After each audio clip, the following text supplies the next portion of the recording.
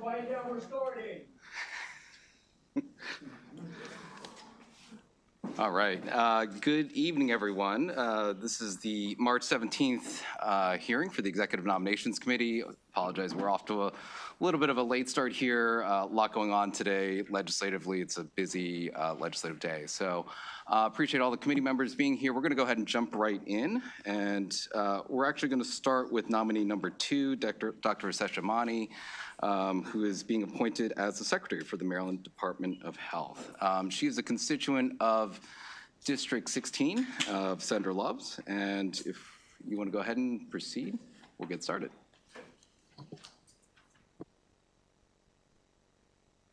Is it on? There we go. Good evening, Mr. Chair, Mr. Vice Chair, Mr. President, members of Executive Nominations. It is my honor and my pleasure to introduce this evening Dr. Seshamani, a proud resident of District 16. Dr. Seshamani is a Hopkins-trained surgeon and Oxford-trained PhD economist, where she was a Marshall Scholar. She's an accomplished strategic leader with a deep understanding of healthcare policy and operations. Her diverse background as a healthcare executive, health economist, physician, and health policy expert has given her a unique perspective on how healthcare policy and operations affect the real lives of patients. Dr. Seshamani was most recently led the Medicare program at the U.S. Department of Health and Human Services. Prior to this, she served as Vice President of Clinical Care Transformation at MedStar Health, where she conceptualized, designed, and implemented population health initiatives and served on the senior leadership of the 10-hospital, 300-plus outpatient care site health system. I recently had a wonderful conversation with the good doctor, and the thing that struck me the most is how much she cares about Maryland, how much she cares about the people of Maryland and their health. So with that, it is my extreme honor to present to you Dr. Seshamani. Thank you. Good evening. Thank you, Senator Love, Senate President Ferguson, Mr. Chair, Vice Chair, and members of the Executive Nominations Committee. For the record, I am Dr. Mina Seshamani. I am honored to be nominated for Secretary of Health for the state of Maryland. I'd like to thank Governor Moore for putting his faith in me and nominating me to lead the department during this important time for our state.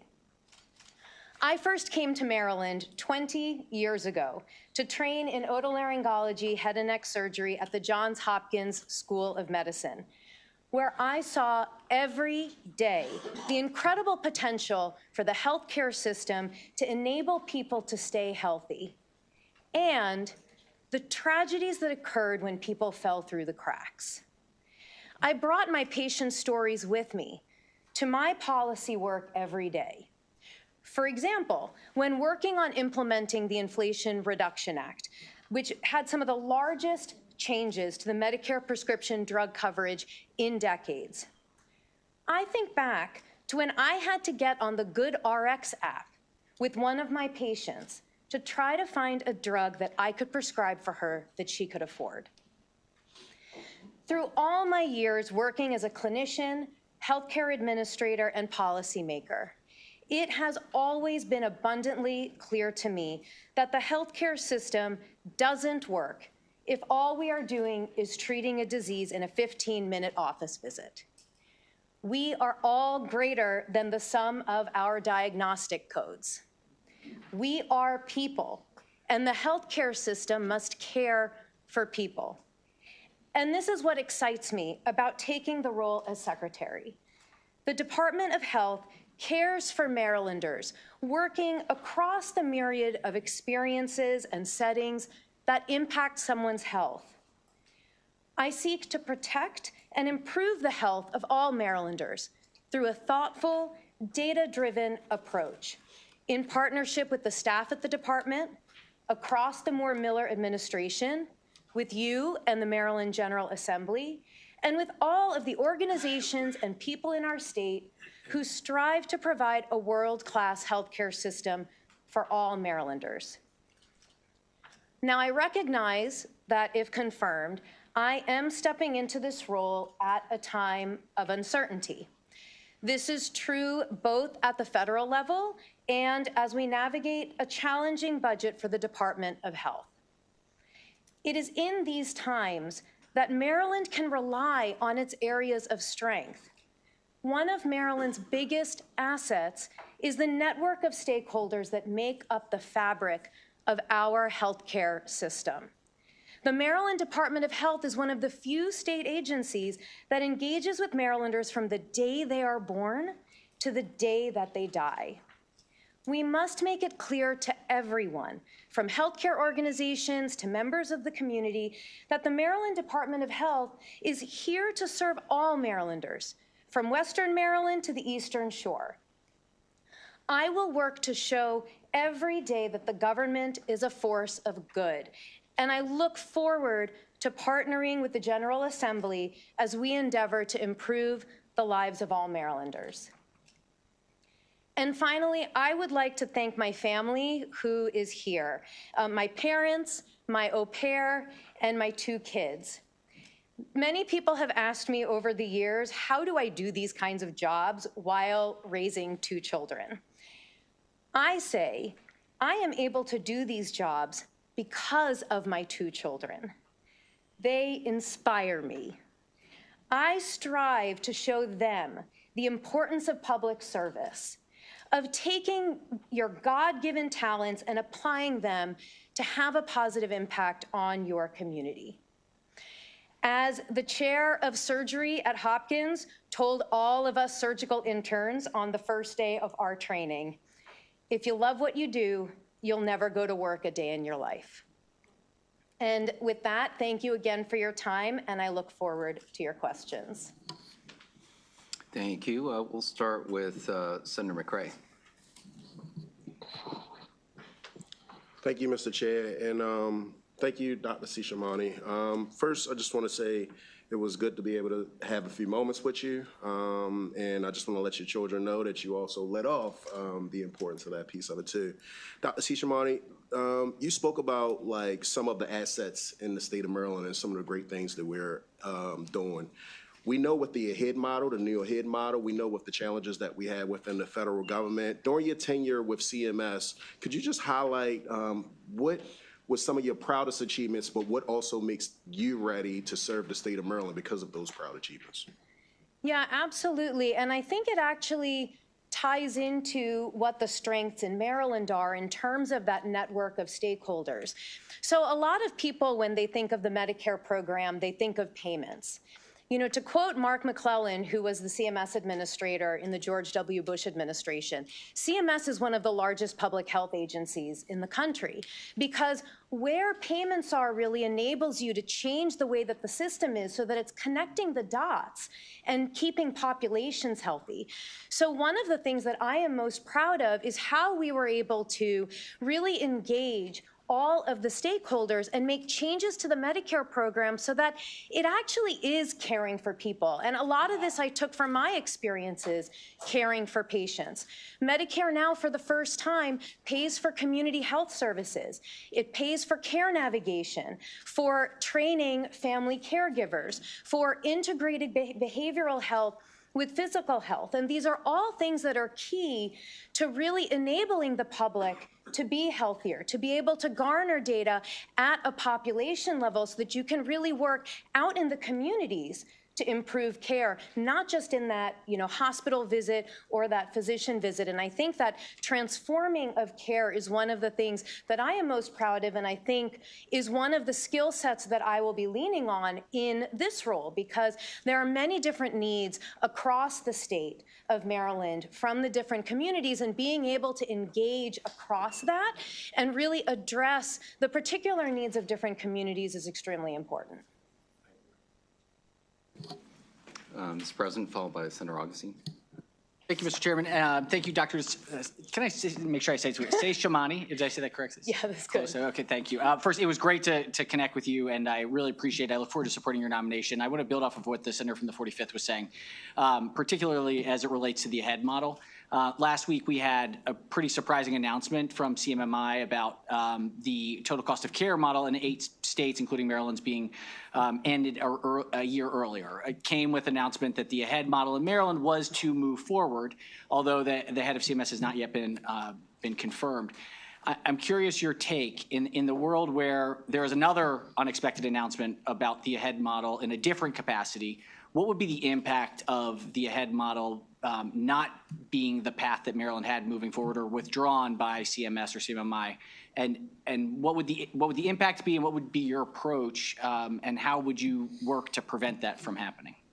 Yeah, thank you for that question. And it absolutely is a priority to engage with CMS and to keep the very innovative payment model that Maryland has. I mean, Maryland is a leader in the country in terms of innovative payment, in terms of having global budgets that exist across payers, and what that enables for improved population health. And I think going into those engagements, being able to emphasize what the vision is, what the common goals are at the end of the day for CMS as well. The goal is to have more holistic payment models and to be able to make sure that money is being spent in a smart way to be able to advance health. A lot of that is what is the foundation of Maryland's model that I think we we'll be able to discuss. And I think the other important point, and this links, the 2 questions here, is the engagement with all of you, with the hospitals, with the physicians, with the patients. Everybody is vested and interested in what happens with this model. That is something that I'm very aware of. And all of you have perspectives and information that you get from your constituents, from your staff, that will be very important for us to hear as we are entering, these engagements. I will say, when I led Medicare, there were improvements that I made to the Medicare program that came directly from feedback that I got from members of the House and Senate, where I would hear from, hey, one of my constituents is saying X, and I said, wait a second, that doesn't really make sense. Let us take a look at it. And we identified things to improve in the Medicare program. So similarly, I look forward to working with all of you as we tackle this. Thank you very much. Could you speak to the harms of what would happen if the AHEAD model were to go away without Maryland's consent? I think if the AHEAD model were to go away, it would certainly cause market disruption, because it would be a significant change to payments for the state of Maryland. Senator Augustine. Thank you. And thank you for taking time to meet with me, Dr. Seshamani. I really do appreciate that. Similar to what President Ferguson was talking about, but I want to talk about Medicaid and Medicaid funding and what may or may not happen at the federal level. If we are to see a significant cut coming from the federal government in Medicaid, what are your thoughts? What's your approach? Where are you coming from as it relates to our most vulnerable Marylanders and their health care? Yeah, thank you for that question. I don't have a crystal ball to know, obviously, what is going to happen. I think that the most important thing is that all of us are really communicating and working together. Again, I think that the perspectives that all of you have from your constituents will be very important with whatever we end up having to navigate. And I think being able to work very quickly and closely with all stakeholders is key to agility. Being able to look at data, to be able to figure out, okay, given wherever we are, what are changes that we can make to the program to ultimately maintain access and quality and all the things that are common values for all of us here in Maryland to protect, the healthcare needs of those in Maryland. Okay, thank you. Any further questions from the committee? I just have one question. I certainly appreciate the time earlier. I know that it's been a challenging time for many of our local health departments. Many of them are stretched. We've lost many health officers who have transitioned over the last 5 years as a result of the pandemic and other things. What's your approach to utilizing the health officers and also local health departments as extenders of the department? Yeah, and I appreciate that question. I know that Maryland has a unique approach to the local health departments with the hybrid state and local governance, and that's something that I certainly look forward to learning more about and being able to leverage. I will say from my time leading care transformation at MedStar Health, one of the service lines that reported up to me was community health. And I would always say, what's the first word in community health? Community. There is very much a value to the local aspects of healthcare and being able to leverage that to understand what's happening locally, to be able to make improvements locally. You know, I will say, when you're leading a large federal program like Medicare, there's no way that you can know what's happening across the entire country. It was so important to be able to partner with local organizations to understand what was going on. But then also, when you make changes, to be able to work with your local partners to be able to implement in a way that makes sense for people. You know, and I'll give an example. When we rolled out in the Inflation Reduction Act that vaccines would be available at no cost to people, great. We can put this in a regulation. Vaccines are available at no cost. We can say, yay, we did our job. Is a 72-year-old grandmother one day going to wake up and say, oh, maybe I should go back to my pharmacy and see if the shingles vaccine is still $200 or if the price changed? It really took our partnership locally to get the word out so that you can then really enable those who need these improvements to get them. And that feedback loop is just so critical, and that's what I look forward to working with the local health departments on as well. Great, thank you. And the Senate President took all my other questions regarding ahead. So any further questions for this nominee? Seeing none, thank you so much. We appreciate your time this evening. Thank you. Next, we're going to go to nominee number 3. This is Herman Russell Dyes for the Atlantic States Marine Fisheries Commission, constituent of District 37 and of Senator Mounts. Want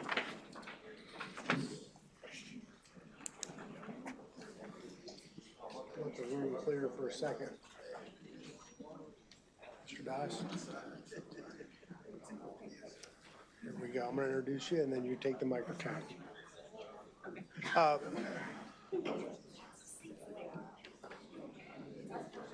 Mr. Chair, okay to begin?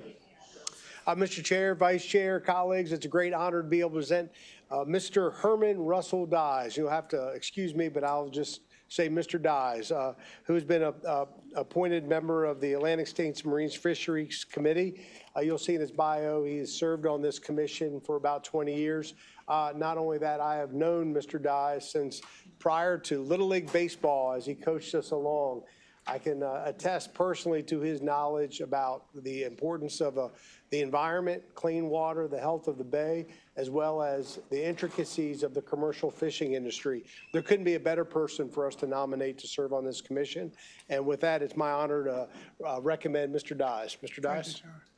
Thank you, Senator Mouse. Chairman Lamb, President Ferguson, Senators, I want to thank Governor Moore for this appointment, but I'd like to give you a little background into what I've been appointed to.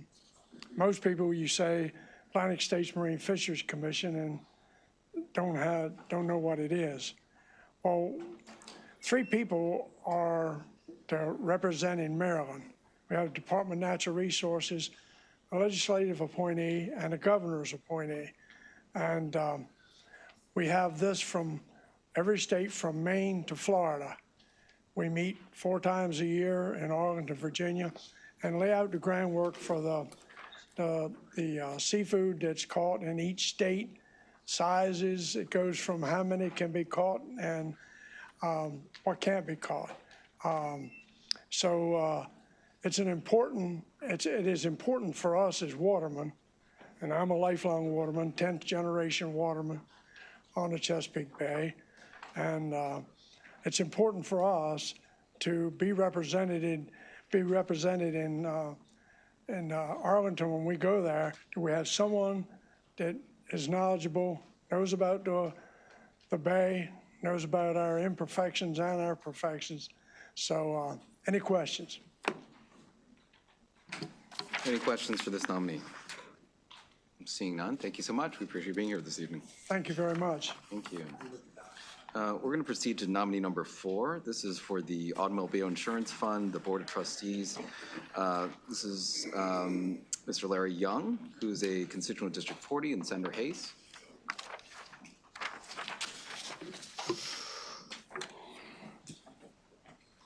Good evening, Mr. Chair, Mr. Vice Chair, Senate President, members of the Executive Nominations Committee. I'm Senator Antonio Hayes, representing the 40th Legislative District in Baltimore City.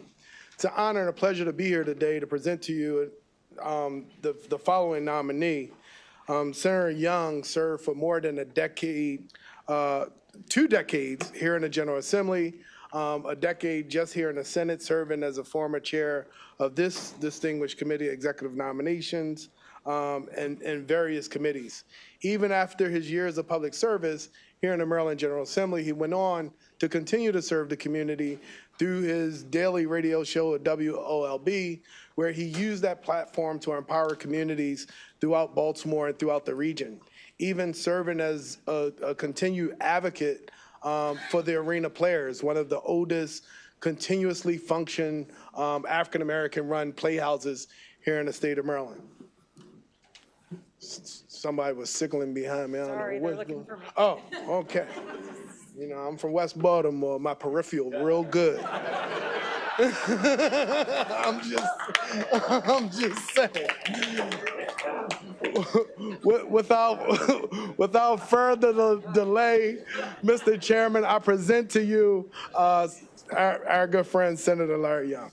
Yeah, you better step down. Senator Young. Thank you very much to members of the committee, Mr. President, and to the chair and to the vice chair. It's an honor and a pleasure to be with you this afternoon, this early evening.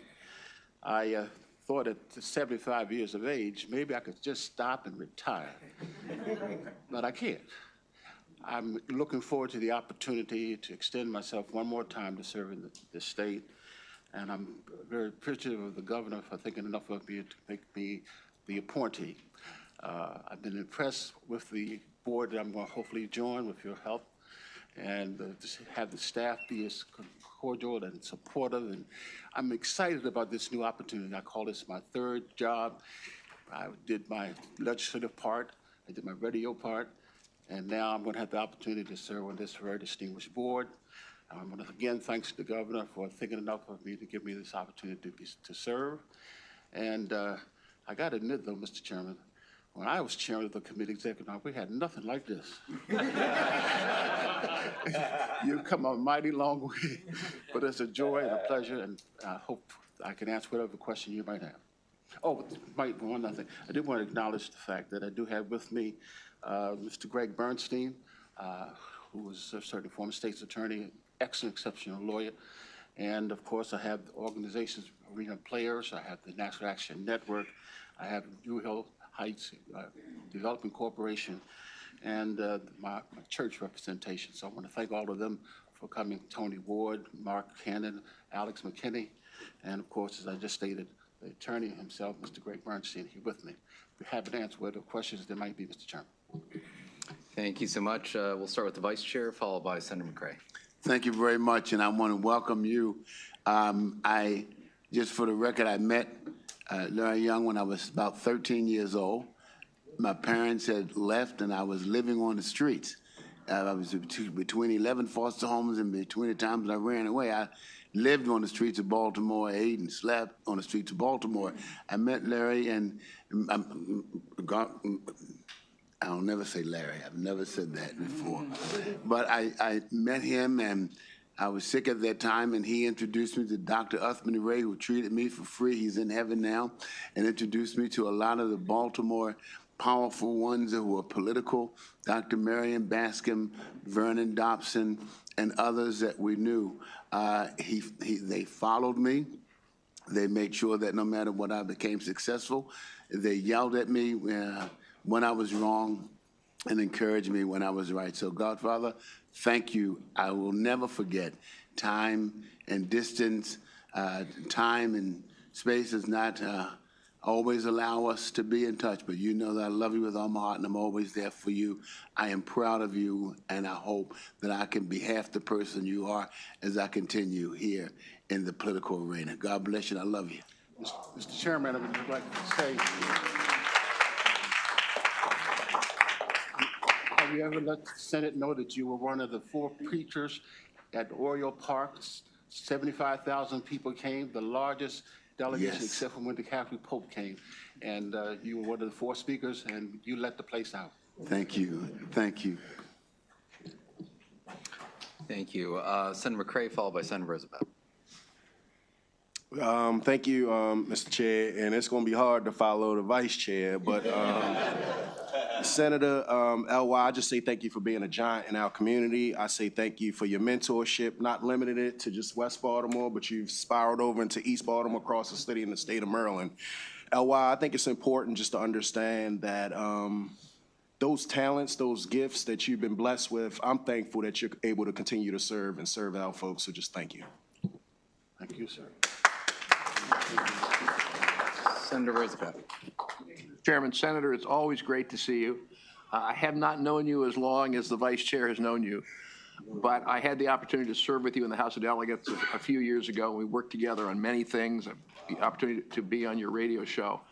And there are very, very few people in the world, let alone in Maryland, let alone in Baltimore City, who have contributed in so many ways over such a long period of time in terms of leading and being inspirations to others. So I'm pleased that you still want to stay in the game and help the people of Maryland. Thank you. Senator Sidnor. You know what? Thank you very much, Mr. Chair. I look forward to casting my vote for you as well. While the boundaries have changed, he was the senator of District 44. And I'm proud to continue serving the people of District 44 and following in your footsteps, so thank you. Thank you. Any further questions for this nominee? Thank you so much. Thank We you. appreciate your time tonight. Thank you. We'll move to You okay? number 5, Civil Rights Commission, Commissioner of Civil Rights, Evelyn.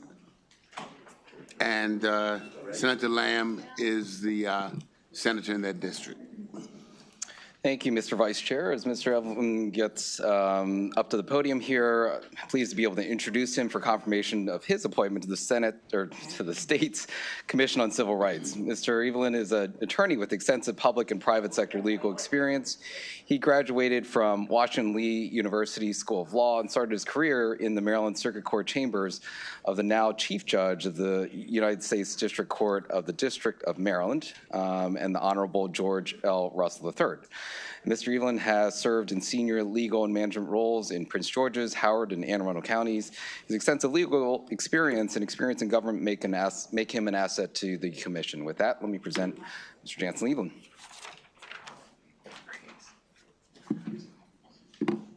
Thank you, Chair Lamb. Good evening, everyone. My name is Jansen Evelyn. I just want to thank Governor Moore. I'm grateful to Governor Moore for this reappointment to the Maryland Commission for Civil Rights. And want to say thank you to Senator Lamb, Vice Chair Muse, members of the Executive Nominations Committee, and I'm ready to take any questions you may have. Okay, let's see. Senator Bidel. Thank you, Mr. Vice Chair. Jansen, it's nice to see you here, and you do such a terrific job in Anne Arundel County, and I'm really pleased to see that you're going to serve again on the Civil Rights Commission. Thank you. Thank you very much, Senator. Appreciate you as always. Any other questions for this nominee? Seeing none, thank you very much.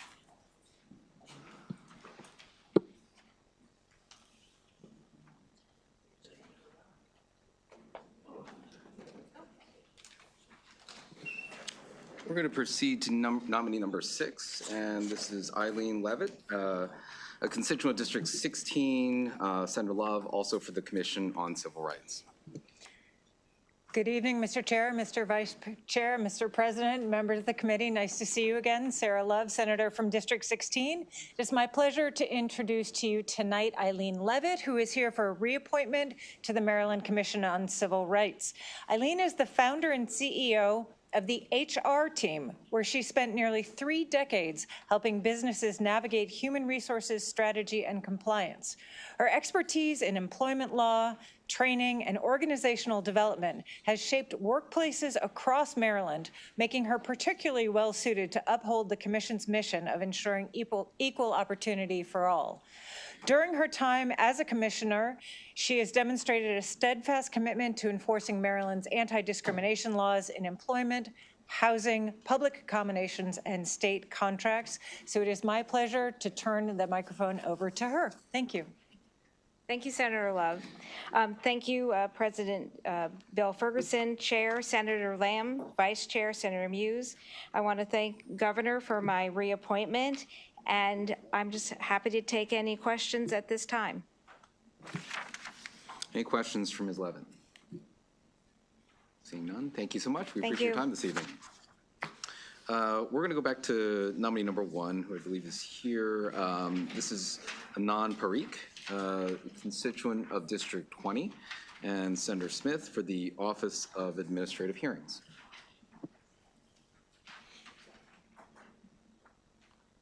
Good afternoon, everyone. Will Smith here, Senator from District 20. It's my distinct pleasure, Mr. Chair, Mr. Vice Chair, Mr. President, distinguished members of this committee, to introduce to you Anand Parikh, who is going to be on the Office of Administrative Hearings. The Office of Administrative Hearings has 55 judges. They hear thousands of cases from our constituents every single year. They play an instrumental role. And so it is an honor to recommend Mr. Parikh here. He's been an attorney, been a prosecutor, has had a very diverse career both in federal government and in the state of Maryland. He was with the U.S. Office of Personnel Management and the Office of General Counsel. He was with the Department of Transportation and their Office of General Counsel. He worked also with the Maryland Attorney General's Office within the Department of the Environment. He also worked with the Maryland State Judiciary, or the Office of Fair Practices, and he was also part of the State of Maryland Commission on Civil Rights. He's an attorney licensed here to practice in Maryland. He went to Northeastern University Law School and North Carolina State University, a distinguished member of the bar, and it comes highly recommended. And with that, Mr. Chairman, I'll yield the floor to the nominee. Thank you, Senator Smith, members of the committee. You stole my speech. So I am a longtime Maryland state civil servant, but I've been with the federal government for the last 3 years. I practiced before OAH, very fond memories, and I'm happy to serve the chief administrative judge as well as the governor in this capacity. So if I can answer any questions for you, I'd be happy to. Any questions for this nominee? Seeing none, thank you so much. We appreciate your time this evening. We're going to do a little bit of skipping around to try to get to some of the folks that have a little bit more distance to be able to return to, and also for senators who are here. So next, we're going to bring up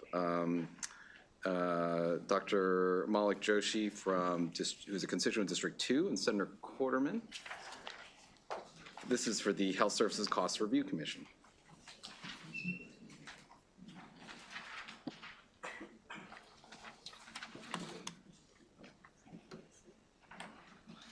Thank you, Mr. Chair, Vice Chair, members of the committee. For the record, Senator Paul Quarterman from District 2, representing Washington and Frederick counties.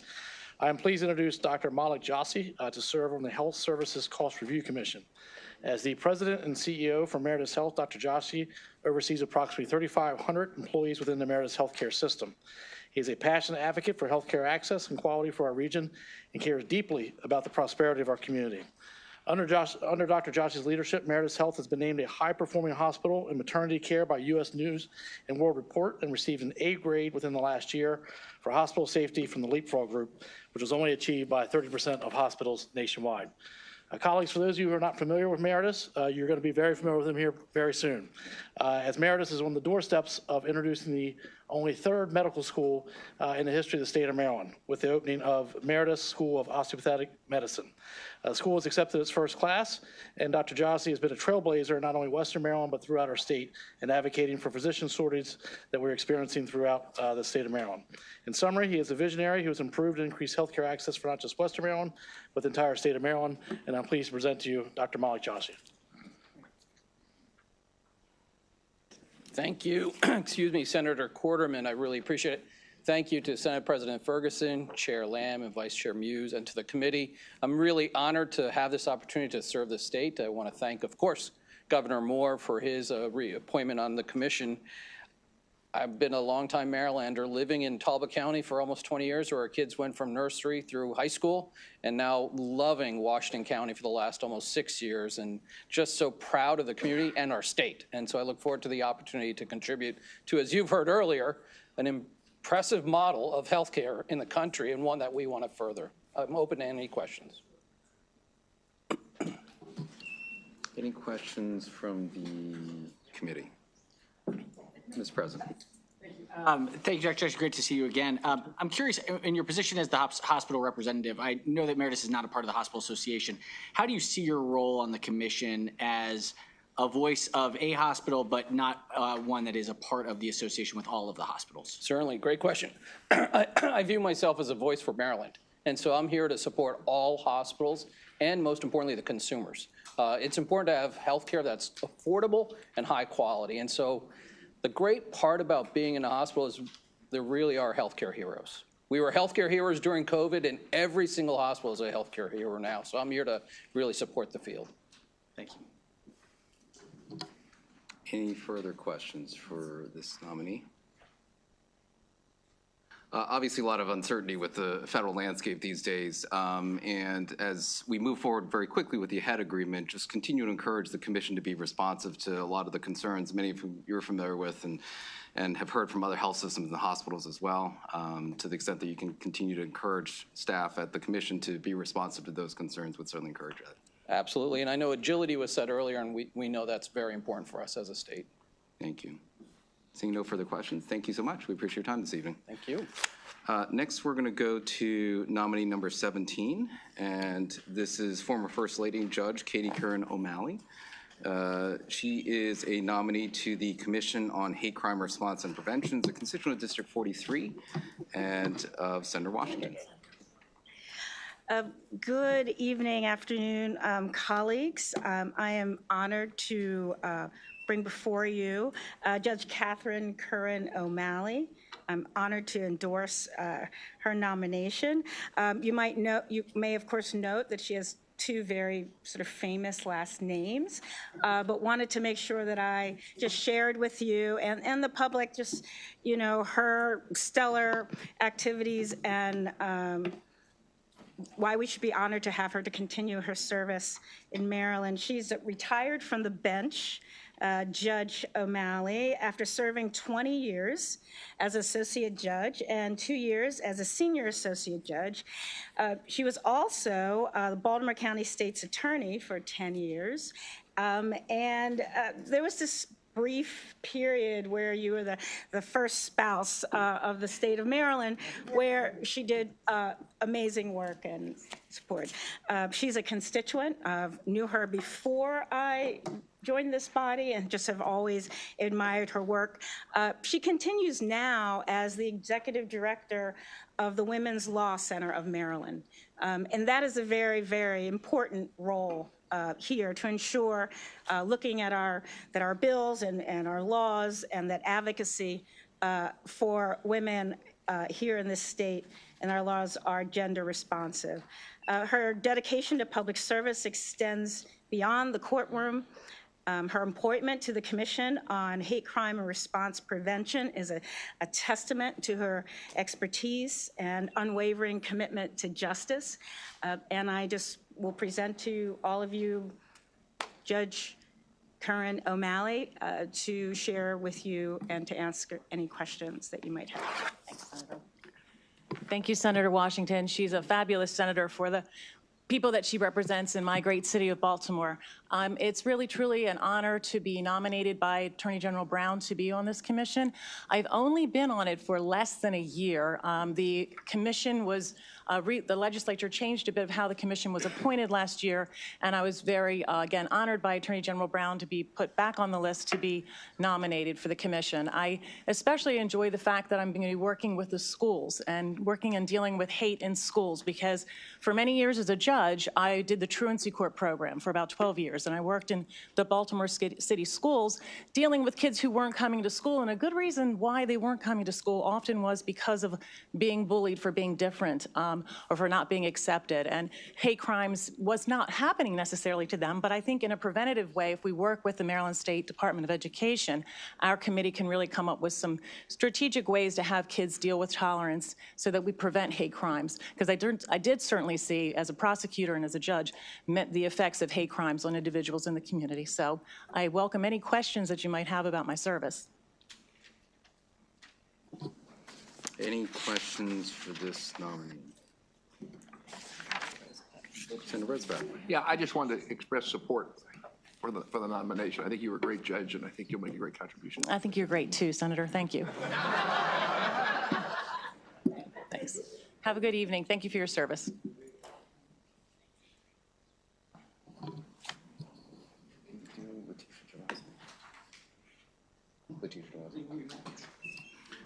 Next, we're going to go to the nominee number 20. This is for the Maryland Healthcare Commission. This is Dr. Letitia Draza, constituent District 46, and the Senate President will do the introduction. Good evening, Mr. Chair, Mr. Vice Chair, members of the committee. A pleasure to be here with someone who is truly an all-star for the state of Maryland. Dr. DeRaza is someone that, certainly for the state of Maryland and for the city of Baltimore and the region, needs no introduction. She was on television almost every night, fortunately or unfortunately. I'm sure she would say unfortunately as a result of the COVID-19 pandemic, when she was serving as the health commissioner for the city of Baltimore, and helped us navigate some of the most complicated and challenging times that I think anyone could have imagined in the city of Baltimore, and then moved to become the deputy mayor to oversee a number of agencies, and has done remarkable work. And she's just a true, absolute all-star for the state of Maryland, and we are so very fortunate to have her in the state, and I look forward to supporting her appointment moving forward, because the more we can have her engaged in our public policy, the better. Thank you. Great. Thank you so much for that introduction, Senate President Ferguson. Good evening, everyone. Chair Lamb, Vice Chair Muse, and members of the Nomination Committee. Thank you all so much for this opportunity. I also want to acknowledge and thank Governor Moore for the appointment. And at this point, I'm happy to answer any questions that you all have. Any questions for this nominee? Seeing none, thank you so much. We appreciate your time. Good to see you. Thank you. All right, next I still see Senator Love is still here. Maybe we can hit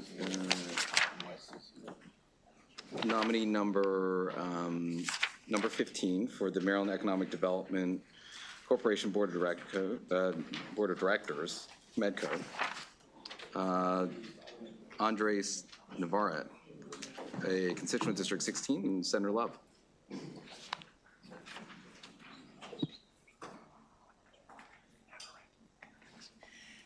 Good evening, Mr. Chair, Mr. Vice Chair, members of executive nominations. Sarah Love, Senator from District 16, here to introduce Andy Navarrete for the Maryland Economic Development Corporation, MEDCO. Andy serves as the Executive Vice President and Head of External Affairs for Capital One Financial Corporation, where he leads strategic engagement with federal and state regulatory agencies, policymakers, and community stakeholders.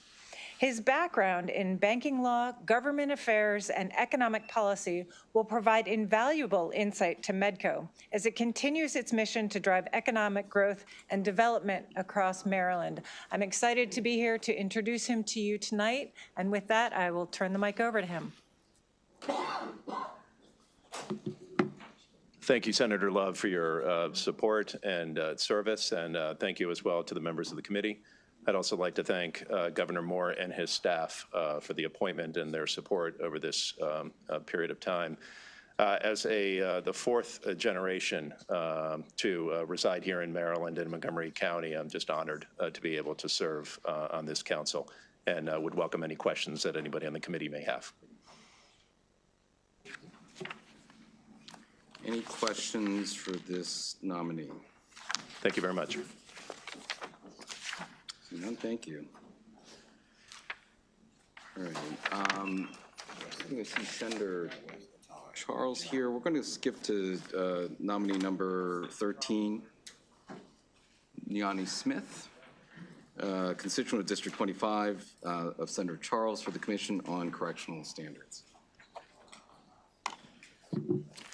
Good evening, Chair Lamb, Vice Chair Muse, and the honorable members of Executive Noms. It's my pleasure to introduce to you Dr. Niani Smith, who is being reappointed to serve another 3-year term on the Commission for Correctional Standards.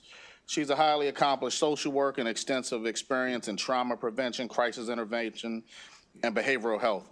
Currently, she serves as a trauma prevention and recovery manager for the District of Columbia Public Schools, where she provides critical support for school environments, trains staff, and leads crisis intervention efforts. Her experience in social-emotional learning, trauma-informed care, and crisis management has made her a key resource in this important field. With a doctorate in social work from the University of Southern California, the doctor is well equipped to bring a unique perspective to the Commission.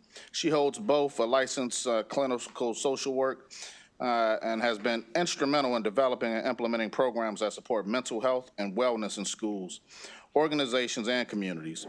Her work extends across numerous roles, including supervisory positions where she has mentored the next generation of social work professionals.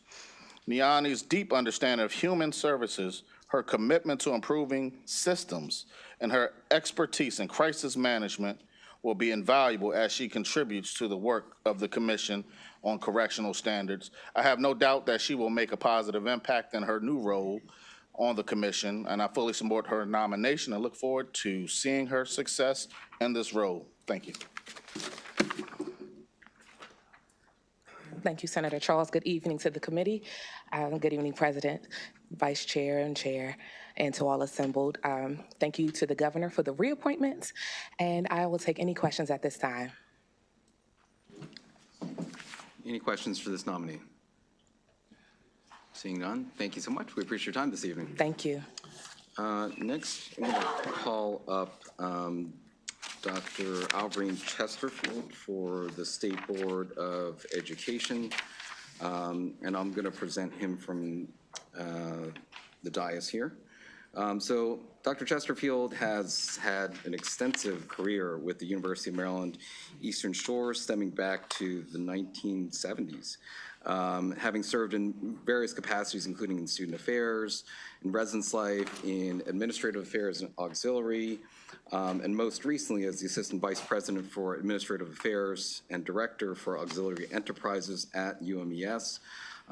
Also currently serves as the Executive Director of the Chincoteague Bay Field Station, and has had extensive educational experience, including a Doctor of Philosophy in Organizational Leadership and Master of Science in Public Administration.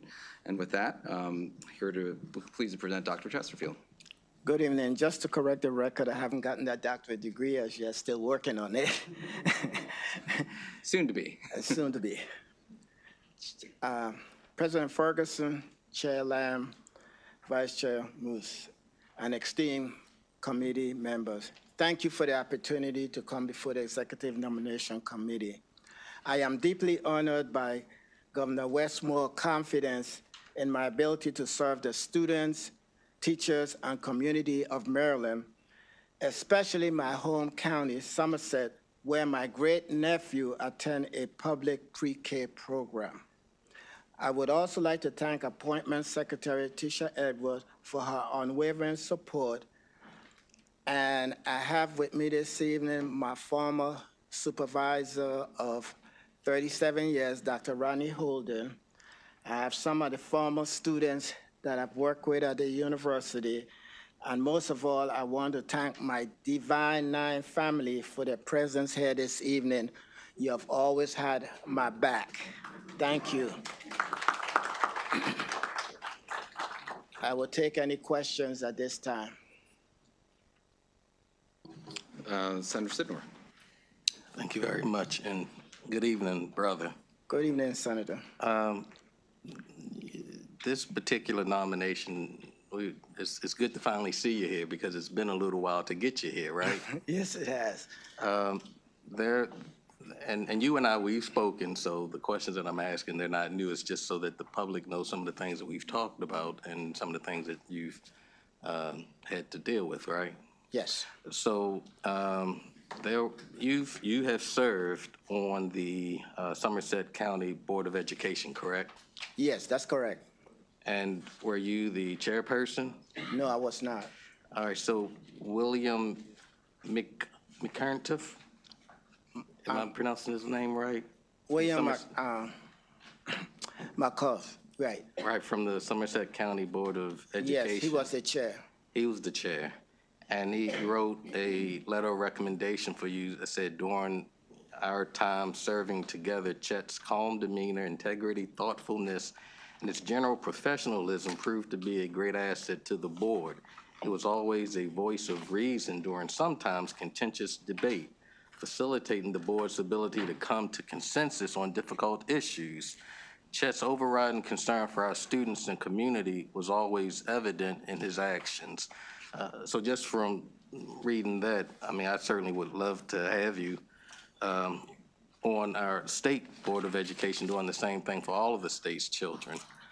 However, you, as I had mentioned during our conversations, one of the things that we discussed, you live on the Eastern Shore, and there was an article that I had come across about a peace order or something. Yes. Would you mind talking about that for us? I live in a small community, 13 individual, 13 houses, 3.1 acres each person. My neighbor had a dispute in terms of the property line in that area. I went out and I got my property surveyed. She wasn't satisfied. Took me to court, and the judge asked me to go back and get it surveyed again, which I did and paid again. And then it was that. It was just a property dispute between us. You got to understand the community, the type of community that I live in, and I didn't have a problem with my neighbor.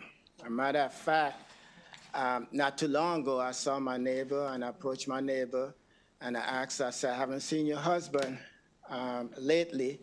And she stated to me that my husband had several seizures.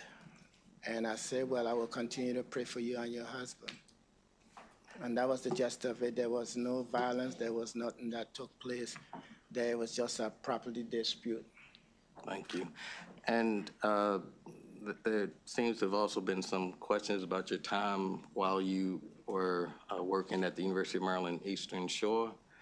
And I had an opportunity to speak to your supervisor, who said nothing but glowing things about your time at the University of Maryland Eastern Shore.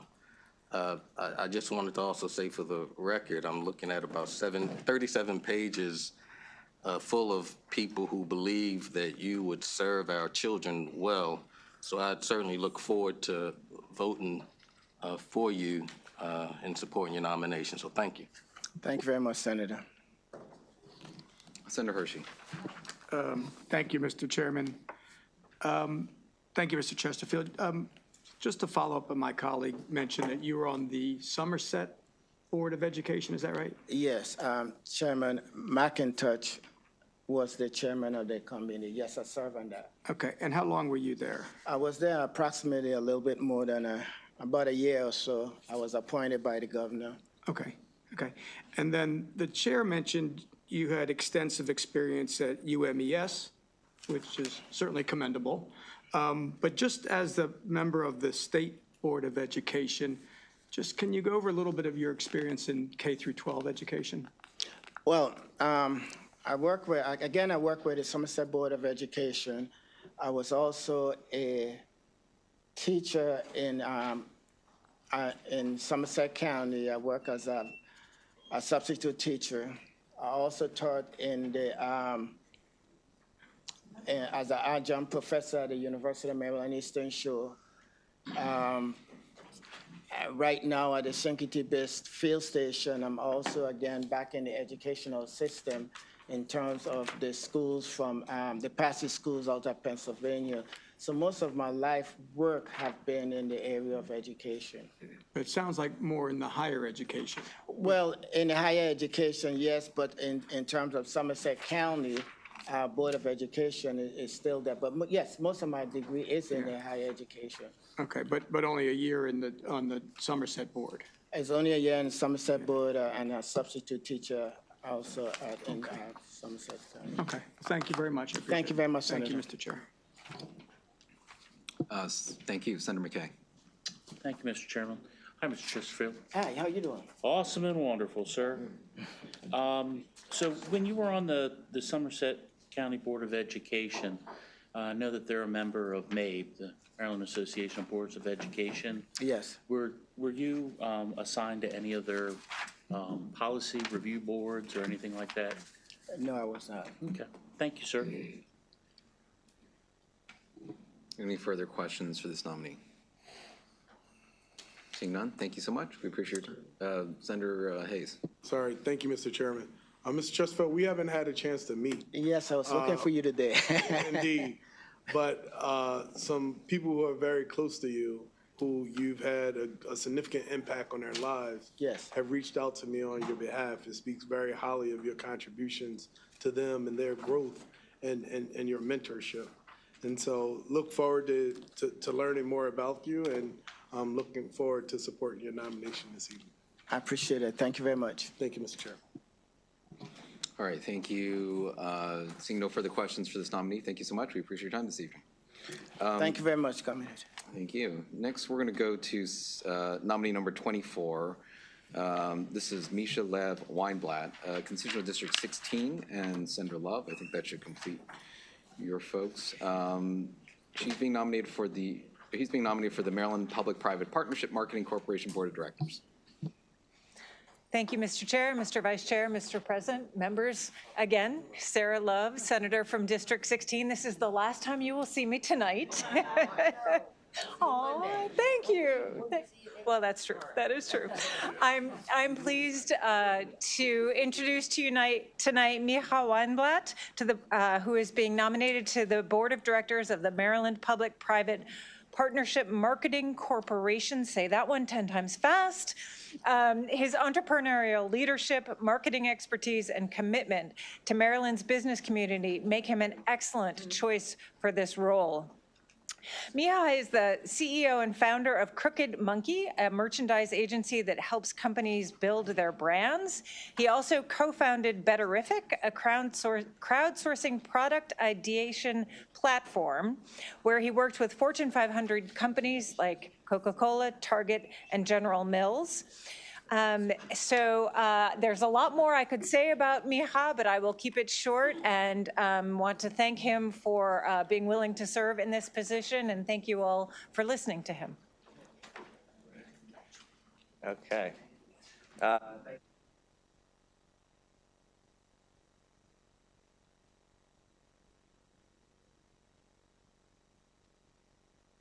Graduated from the University of Maryland, where I began my entrepreneurial journey selling anti-Duke t-shirts door to door. That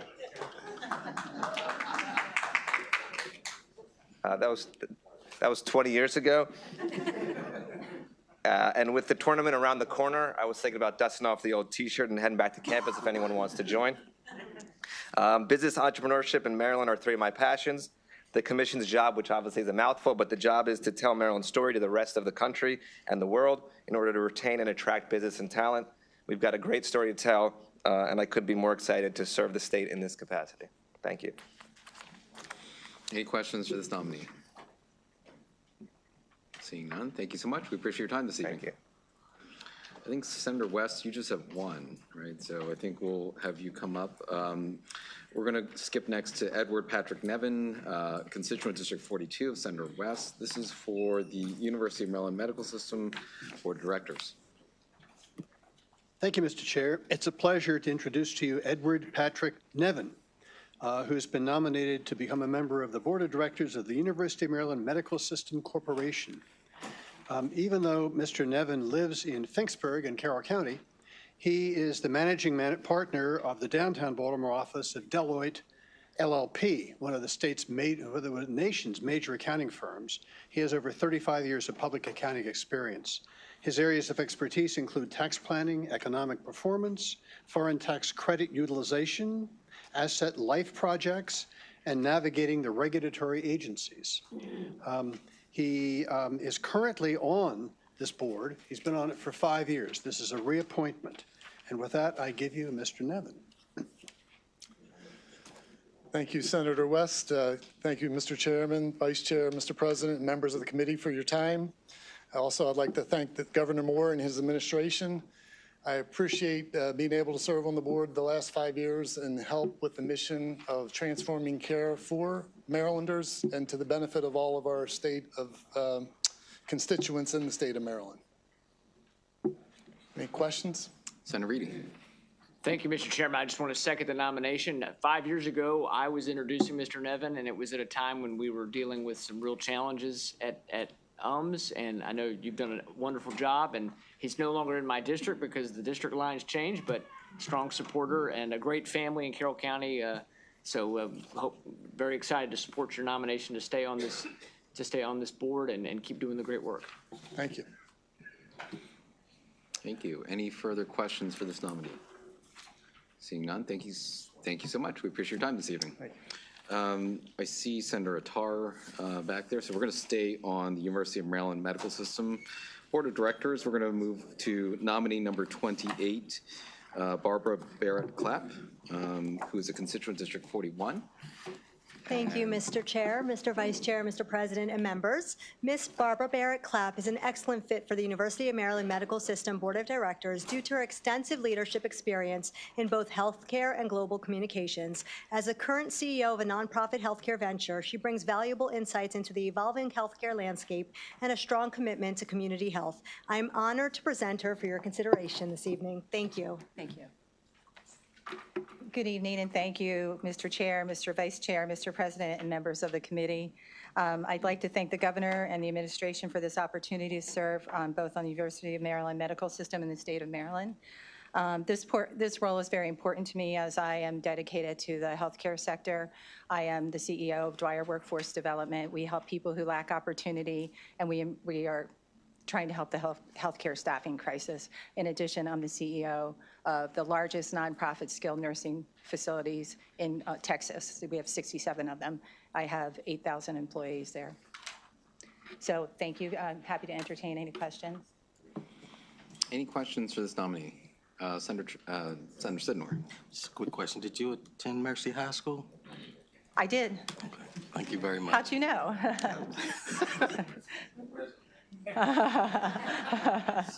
Is that good or bad? Because I know some other things about that. Thank you. Any other questions for this nominee? Thank you so much. We appreciate your time this evening. Thank you so much. We're going to stick with Senator Attar and go to nominee number 25. This is Mr. Vernon Andrew Reed Jr., constituent District 41 for the Board of Trustees for the State Retirement Pension System. Thank you, Mr. Chair, Mr. Vice Chair, Mr. President, and members. Mr. Vernon Andre Reed Jr. Andrew, I apologize. Mr. Vernon Andrew Reed, got it, is an excellent candidate for the Board of Trustees, State Retirement and Pension Systems due to his extensive experience in finance and investment management. As Vice President and Senior Trader at T. Rowe Price since 1999, he brings a wealth of expertise in financial markets, portfolio management, and risk analysis, which are crucial to overseeing the performance of retirement and pension. I'm honored to present him for your consideration this evening. Thank you. Thank you, Senator. Of course. President, Vice Chairman Moose, Chair Lamb, thank you very much. And I'd also like to thank the governor and Ms. Edwards for the opportunity to be nominated. I no longer work at T-Row. I retired in 1999, which gives me the opportunity to do this. I welcome the opportunity to manage money for the 420 members, participants, a $70 billion pension plan. Hopefully I and the group can optimize returns and performance. Thank you. Mr. President.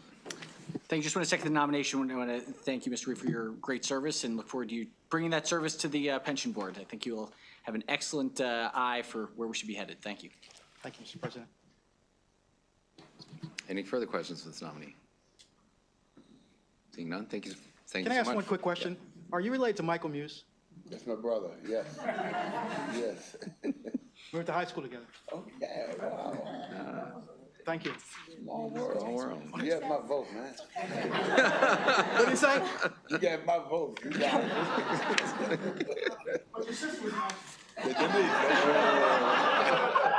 All right, let me come talk to you, bro.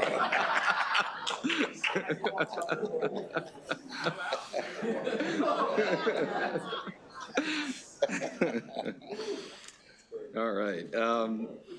We're going to wrap up Senator Attar here in going to nominee number 14, Lester Davis, for the Board of Directors of the Maryland Economic Development Corporation, MEDCO.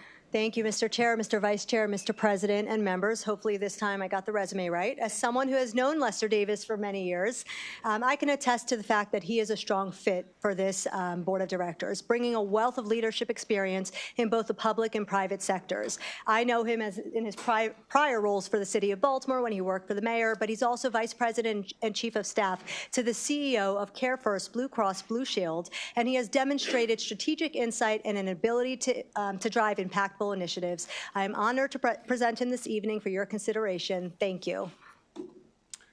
Thank you, Senator Attar.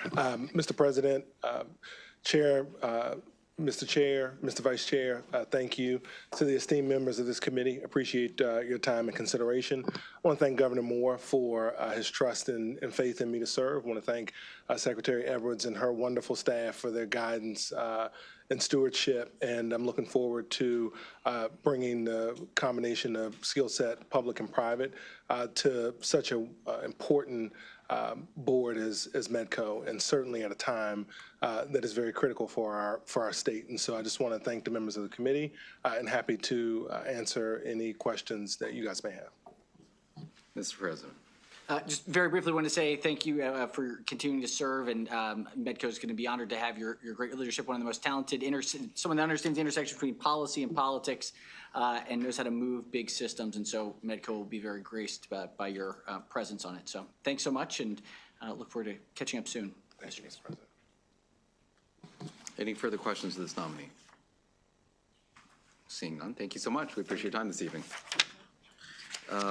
Next, we're going to go to the Maryland State Board of Contract Appeals, Mr. Michael Joseph Stewart, Jr., who's constituent of District 4. Senator Folden could not be here this evening, so I'll go ahead and introduce you. You actually, Mr. Stewart has actually served previously on the State Board of Contract Appeals for a 5-year term earlier, but has extensive legal experience, including having been engaged in solo practice, the Baltimore County Office of Law, and most recently now as the special counsel to the state's attorney's office for Carroll County. And throughout his extensive legal experience as a graduate of University of Baltimore School of Law, has represented clients and claimants for 22 years before the Workers' Compensation Commission and also the Office of Administrative Hearings. And with that, please introduce Mr. Michael Stewart. Thank you, Chairman, Vice Chairman, President Ferguson, members of the committee. I'd like to thank the governor for his faith in appointing me to the Board of Contract Appeals, and I'm ready to roll up my sleeves to serve the people of Maryland and by putting my 30 years of procurement experience to bear, and I will answer any questions you might have. Any questions for this nominee? Seeing none, thank you so much. We appreciate your time this evening. Thank you. All right, we are going to go back to the University of Maryland Medical System Board of Directors. We have two folks that we're going to try to, well, a little bit more distance to travel. So We're going to start with Senator Hershey's constituent. This is Dr. Joseph Ciatola, constituent District 36 for the University of Maryland Medical System Board of Directors. How are you? Good to see you. Thank you, Mr. Chairman, members of the committee. It is my honor to present my friend, where are you? Dr. Joseph Ciatola. I like to fly under radar. Yes, I don't you know you do. understand? But lovingly referred to by many on the Eastern Shore as simply Dr. C, for reappointment to the Board of Directors. Dr. C has been the health officer in Queen Anne's County for 13 years, and Dr. C is no stranger to the General Assembly, having been before the Finance Committee many times on issues such as freestanding medical facilities, repurposing of the Chestertown Hospital, and in his position as co-chair of the Rural Healthcare Collaborative, which reshaped the way healthcare services are delivered in the 5-county region of the Eastern Shore. This commission positioned Shore Regional Health with the support of Governor Moore and this body to break ground on a new hospital on Route 50 in Talbot County earlier this summer. I would also like to thank Governor for his reappointment of Dr. C, which assures rural areas of the state have an advocate and voice on this very important board of directors. Mr. Chairman, I fully support the appointment of Dr. Joseph Ciatola. Wrote that myself. Senator Hershey, thank you for that introduction. Mr. Chair, Vice Chair, President, members of the committee, it is an honor and a privilege to stand before you for the reappointment to the Corporate Board. I'm a product of the city of Baltimore and the state of Maryland. I went to medical school, university, spent 5 years in orthopedic training at the university, was faculty at trauma, was chief of surgery at Kernan. My focus my entire life has been healthcare, but quality healthcare and access. And as we are facing difficult times, as we look forward to the future, I feel that we're in a position to continue to work on access to care and quit treating medicine for the sake of treating, but let's start getting into a holistic program of prevention and healthier living. Ladies and gentlemen, thank you. Thank you. Any questions, Senator Sidnor? You can't say that you're a product of Baltimore, not tell me where you went to high school. High school? Where else but Mount St. Joe? And did we play in basketball? Thank you. Any further questions? Thank you Seeing very none, much. thank you so much. Appreciate the opportunity to meet earlier, Dr. Ciatola.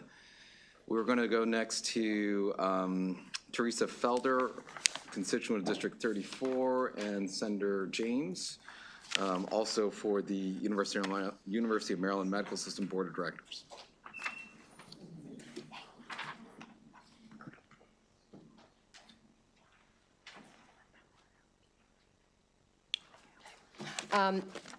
Senator Mary Delaney James from Harford County, Chairman, Vice Chairman, Senate President, and esteemed members. I am delighted to introduce Dr. Felder. A couple of years ago, how many, 4, 5? 4 years ago, we lost a long-term president of our community college, and it was a to get Dr. Felder. I think her resume is very extensive and amazing, and she understands so many things about healthcare.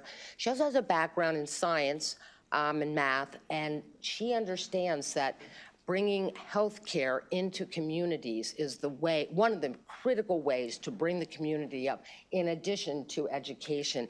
So without further ado, I could not recommend her more highly, and I hope you do too. Dr. Felder. Thank you, Senator James. Good evening, Chair Lamb, Vice Chair Muse, President Ferguson, and the esteemed members of the committee. Thank you for the opportunity to appear today. I'm honored to be considered for the position on the board. Throughout my 30-year career in higher education and public service, I've been committed to strengthening institutions that serve our communities and improve lives. As president of Hartford Community College, I've worked to expand access to quality education, forge partnerships with healthcare providers, and support workforce development initiatives that prepare students for careers in critical industries, including healthcare.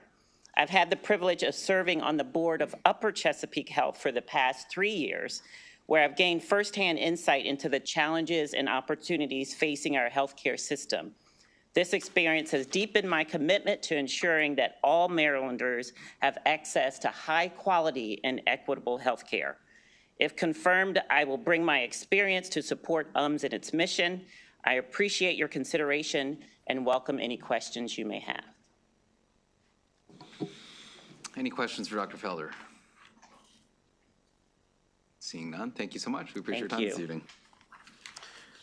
Next, we're going to go to nominee number 23.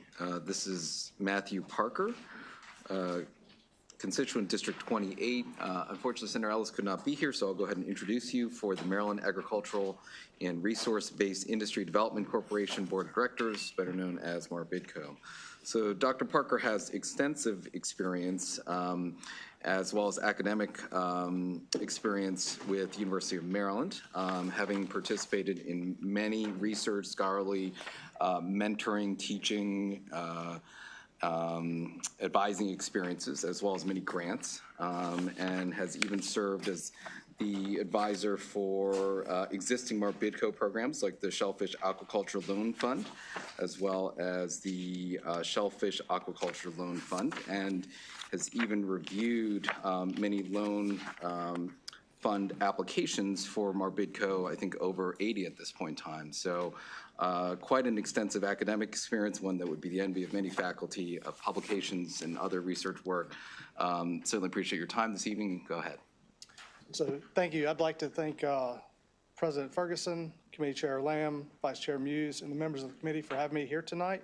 I'd also like to thank Governor Moore for the nomination to the MARBIDCO Board of Directors. I'm an aquaculture business specialist with the University of Maryland Extension and the acting Prince George's County Extension Director currently.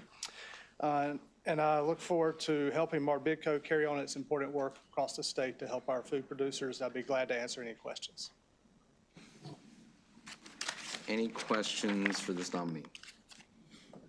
Seeing none, thank you so much. We appreciate your time this evening. Thank you. Next, we are going to go to the Commission on Correctional Standards. We're going to start with the constituent Senator Carrozza's, District 38. This is Brianna Nicole Cotman, again, for the Commission on Correctional Standards.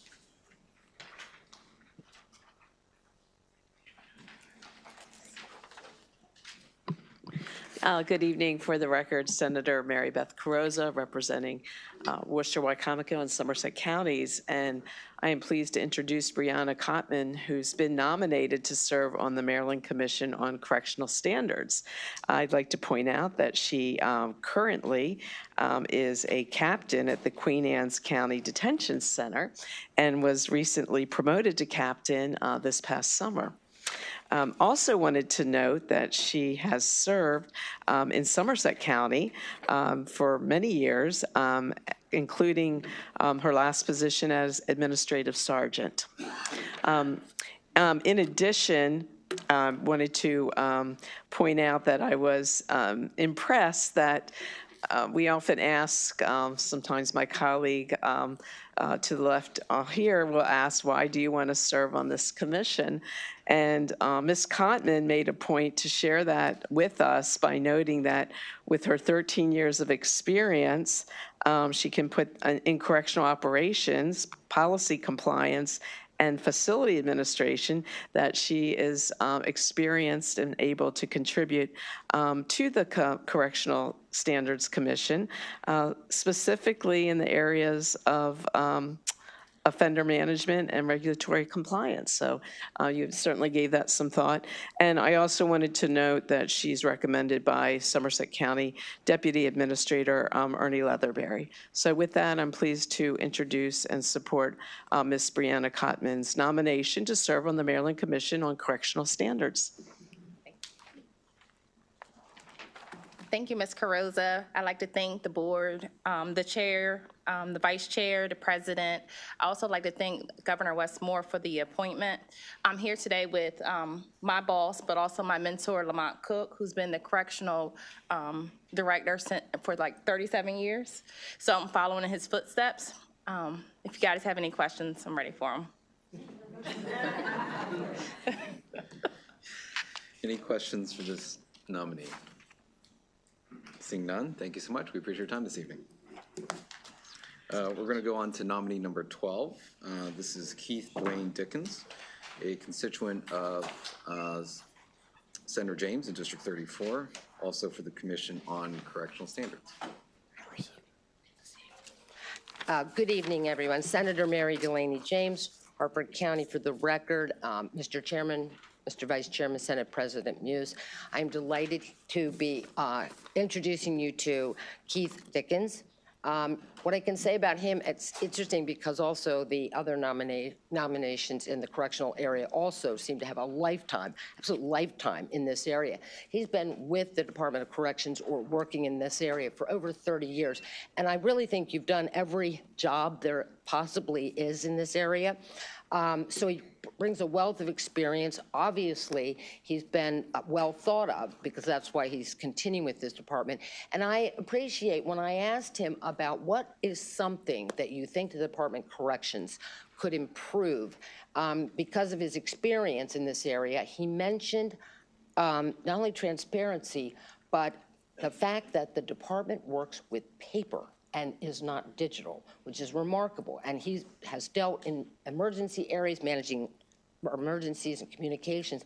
And this is really something extraordinary when you think about it, because so much of corrections at times requires great urgency and speed. So with that, I'm very pleased because I think coming with that kind of experience and that interest in improving something that I think is really lagging, but as we should improve, makes him a wonderful candidate. And I fully endorse him. Without further ado, Mr. Keith Dickens. Thank you, Senator Delaney James. Senate President Ferguson, Chair, Lamb, and Vice Chair Muse. Thank you very much, and members of the committee. It's an honor to stand here before you. I also want to thank Governor Westmore for his appointment. I look forward to any questions that you may have. Excuse me, I'm a little congested. We all are. A bad year for this. Any questions for this nominee? Seeing none, thank you so much. We appreciate your time this evening. Thank you. Next, we're going to go to nominee number 7. This is a constituent of Senator Feldman in District 15. This is Crystal Ann Carr Towson for the Maryland Community Health Resources Commission.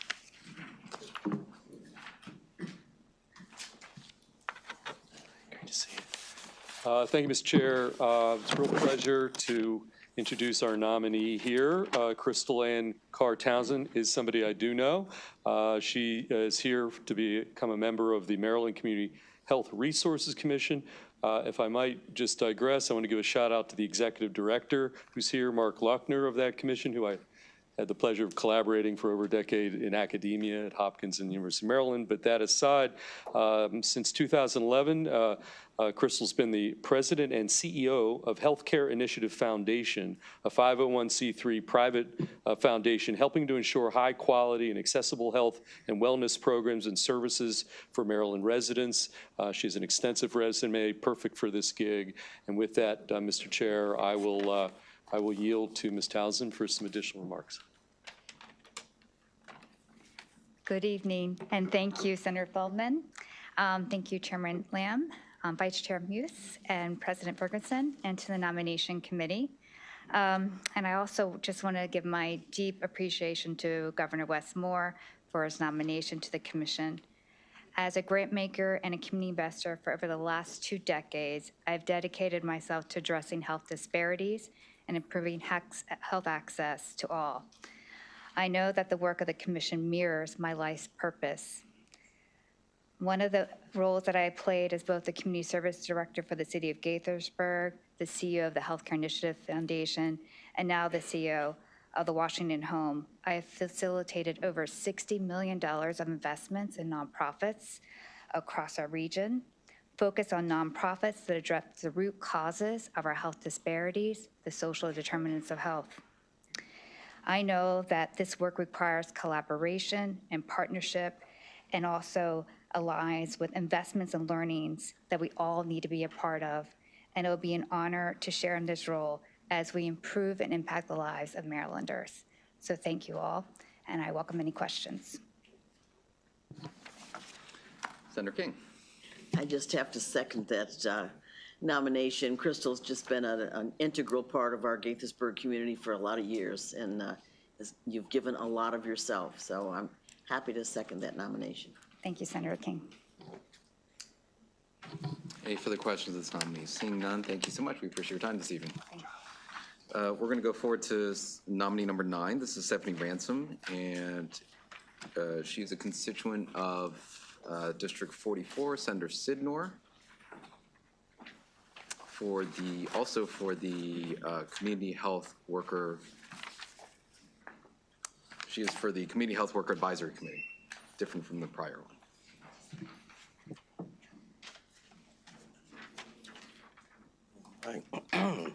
Good evening, everyone. I'm here to introduce you to Mrs. Stephanie Ransom to fill one of the 9 or 10 community health worker seats on the advisory committee. Since 2006, Ms. Ransom has worked with both Howard and Baltimore County's Departments of Health, and she will make a perfect fit serving on this committee. With that, I give you Ms. Ransom. Good evening. I'd just like to take this opportunity to thank President Ferguson, Chair Lamb, and Vice Chair Muse. I would also like to thank the Nominations Committee and also Governor Westmore for his appointment. I'll take any questions that you may have for me. Any questions to this nominee? Seeing none, thank you so much. We appreciate your time this evening. Thank you. We're going to go forward to nominee number 19. This is a constituent of Senator Smith, District 20. Joanne Volk for the board of the Maryland Health Benefit Exchange.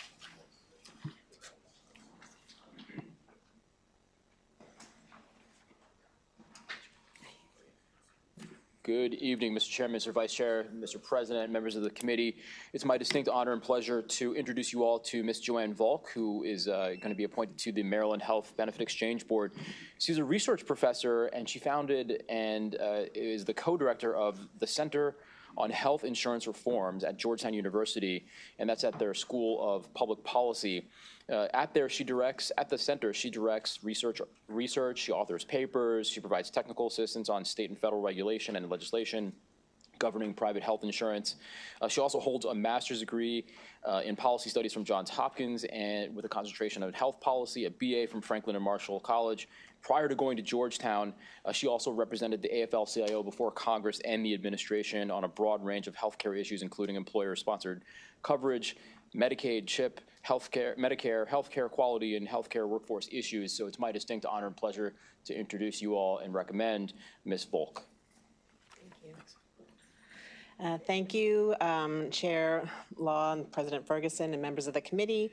I feel like I've been studying 15 plus years for this role, and I'm grateful to the governor for giving me this opportunity to serve on the board and help Marylanders and families and small businesses get coverage. I'm happy to take any questions. Any questions for this nominee? Seeing none, thank you so much. We appreciate your time this evening. Next, we're going to go to nominee number 22, a constituent of Senator Rosapep in District 21.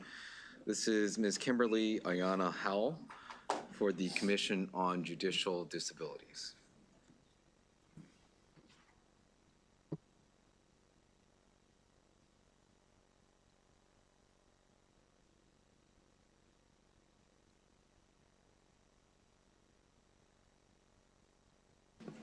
Am I on? Yes, I'm on.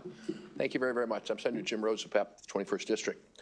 I'm pleased to introduce Ms. Howell. As you can see from her resume, she has quite a distinguished professional background in government integrity. She's been served on the commission I think, well, deserves reappointment. I also do want to point out her current job evidently is the only Inspector General office left standing so far in D.C. So we hope he'll stay, and we'll get back to government integrity at the federal level, too. Thank you. Here we go. Thank you, Senator Rosapep. And there are a couple of IGs left, mostly the non-presidentially appointed IGs, but there's a few of us still left. I'd like to thank President Ferguson, Chair Lamb, Vice Chair Muse, and the Executive Nominations Committee for giving me this opportunity. And I'd like to thank Governor Moore for reappointing me to this commission. And I'd also like to thank Kendra Jolivet, who's the Executive Counsel at the commission, for being here to support me today. And any questions that you may have? Any questions for this nominee? Thank you for your time. Seeing none, thank you so much. Thanks a lot. We appreciate Senator Rosapep's newfound appreciation for Inspector Generals. So next we are going to, Senator Muse just stepped away, so we're going to go to the Workers' Compensation Commission, who are waiting very patiently. We're going to start with a constituent District 44, Senator Sidnor. This is Mr. James Kevin McAllister for the State Workers' Compensation Commission. These are very long terms, 12-year terms. Wow. So it's an extremely important decision that we're making tonight. Senator Sidnor, on behalf of Mr. McAllister, who I've met a number of years ago while serving not only on judiciary but on JPR. Mr. McAllister and I had a number of good conversations, and he has the experience one needs. Workers' comp is not new to him, and he, I think, would serve as a wonderful commissioner on this. With that, I give you Mr. McAllister. Good evening, Mr. Chairman, my former senator, Mr. Vice Chair, members of the committee. I want to thank Governor Moore and specifically Secretary James for making what could be a very intimidating and nerve-wracking process very user-friendly for me, so I appreciate that. I'd also like to thank my senator for the kind words. I am the son of public servants, my relatives. My father was one of the founding members of the Peace Corps, was brought in by Sergeant Shriver. I spent my childhood in Africa, seeing what happens when you help out other people and how richly rewarding that is. My uncle, Charlie, and my cousin Janet spent their entire careers as middle school guidance counselors and also elected officials in Fontana, Maryland. And I say the reason we have Navy SEALs is some people don't have the guts to deal with middle schoolers. So, so I knew sooner or later public service would come to me. In my professional career, I have lectured at numerous bar conventions and seminars because when you get better lawyers, you get better justice. I have also, outside of that, worked in the community. I set up a rowing program for inner city kids. And I don't say inner city kids. I put inner city kids with prep school kids and kids from the counties. And whoever coined that, phrase, we're all in the same boat, they worked well together, they achieved. And just to show you that a good deed reaps rewards, one of the first students, Hakeem, who went to the school at the top of Cherry Hill. These weren't kids that were cherry-picked from magnet schools. He wound up at the Naval Academy. And I've got to believe, and I hope and pray, that what we offered him gave him that opportunity. I'm ready to serve. I want to recognize my family is here today. My wife, Suzanne, Zach and Abby, my kids. And I never let a teachable moment go. If you're thinking about adopting foster kids or fostering, think of pets. Because children who have not had a family or nurturing relationship warmly embrace pets. So I would be remiss if I didn't mention Fuzzball the cat, Joker the bird, Onyx the bearded dragon, and yes, the newest addition, Zombie the betta fish. So I am ready to serve, but thank God I have these people behind me. Lastly, Mike Miller used to say, you could have been so many places tonight, especially on St. Patrick's Day, but you're here with me. I want to thank the commissioners who've showed up tonight to show support for me. It means a lot. I'll have to remember your first names because you've been commissioner for so long. But I sincerely appreciate the opportunity to serve, and I will take any questions. I see Senator Smith, followed by Senator James. It's hard to domesticated dragons and fish. It's hard to follow that one. But look, no, Mr. McAllister is a stellar attorney and a man of the highest caliber. So frequent flyer in JPR. When we don't disagree often, but when we do, it's extremely painful. But I just want to say I second the nomination. Thank you for your willingness to serve. Thank you. Thank you. Senator James. I didn't get a chance to meet you, and you've seen us all evening, one person after another.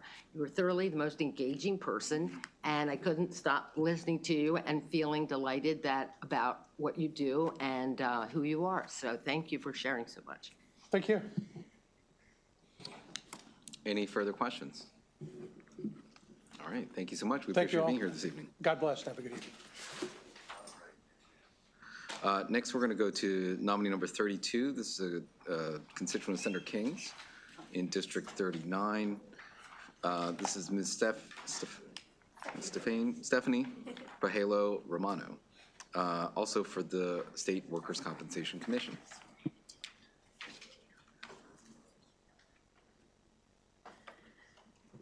I'm so excited I finally have somebody from my district. Mr. Chairman and members of the committee, it's my pleasure to introduce and recommend to the committee Stephanie Romano, a resident of Germantown in my District 39. Ms. Romano has an impressive academic background with undergraduate degrees from Montgomery College and the University of Maryland at College Park, earned her JD at the University of Maryland Francis King Carey School of Law, and Ms. Romano has had an exceptional career in a Gaithersburg, Maryland law firm, working her way up from internship to senior associate. Focusing on workers' compensation claims, her fluency in Spanish and Portuguese languages has been invaluable, as she also advocates for and represents people in the Latino community who have experienced workplace injuries. Stephanie's knowledge and experience make her an excellent candidate for commissioner at the Maryland Workers' Comp Commission, and I highly endorse her nomination. And I just want to add a note that Stephanie will be the first person of Hispanic origin to ever be nominated to the commission. And given the hazardous settings of many of the jobs performed by members of the Hispanic community, it will be wonderful to have someone of her caliber serving on the bench. Thank you.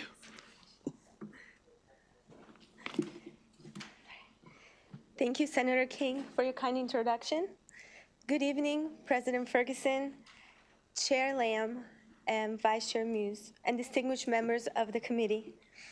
Thank you for having me this evening.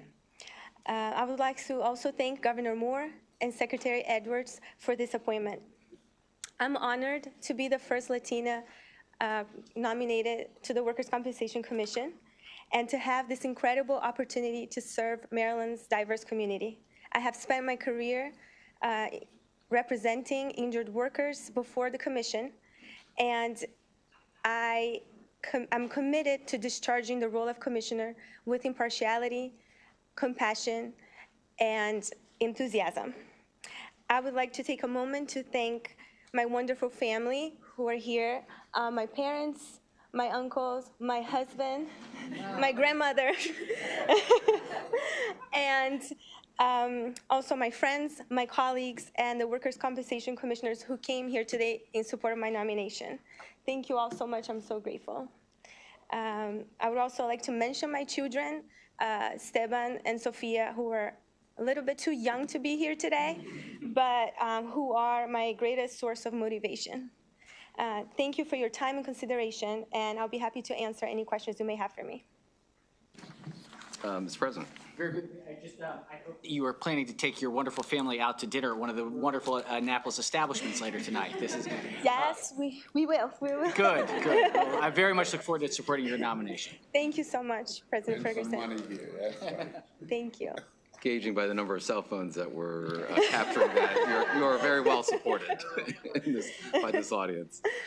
Any further questions? Seeing none, thank you so much. We appreciate Thank you so your time. much for your time and consideration. Thank you.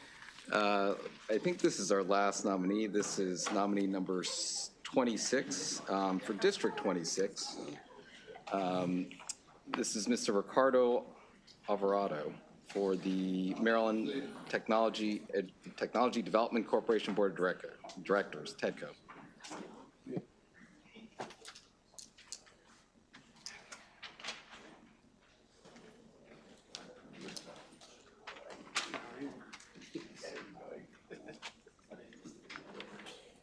Mr. President, Mr. Chair, members of the committee, it is my great pleasure to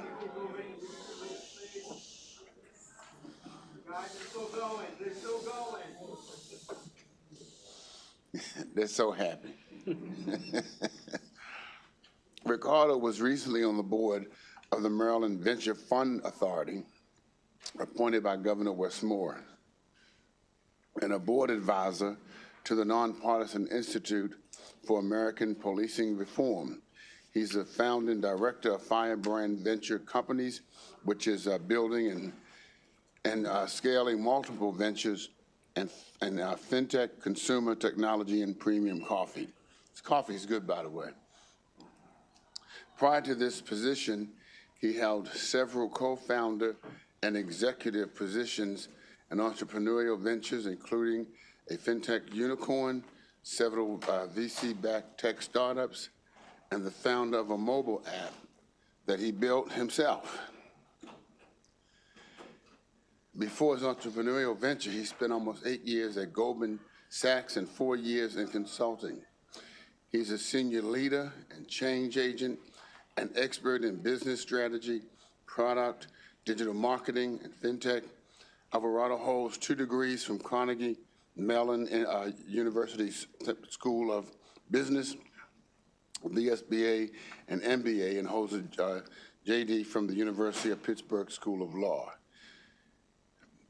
Preview program at Carnegie Mellon University in Star.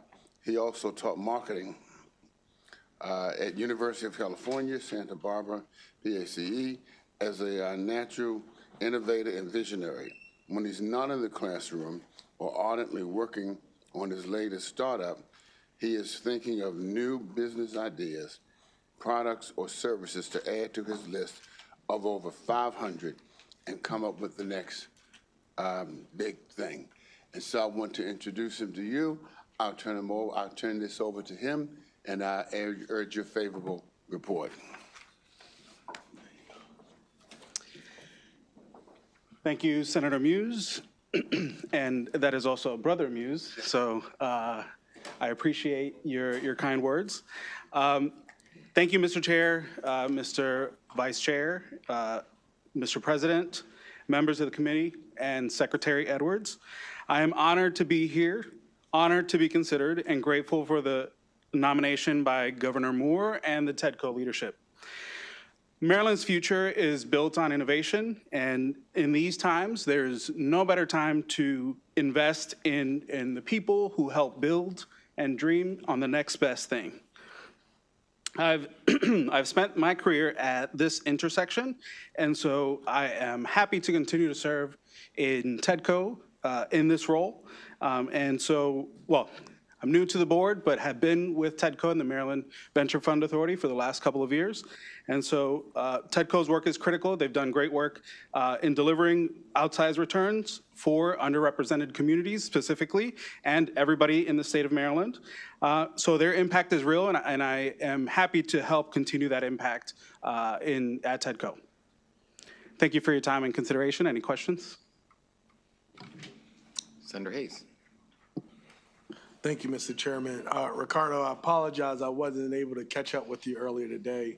We had some other business, but I see the gentleman to my right's light on as well. But as a distinguished man at Kappa Alpha Psi Fraternity Incorporated, the greatest fraternity in the world, I know you will do very well on the board of TEDCO, and welcome. Welcome, welcome, welcome. Thank you, Mr. Chairman.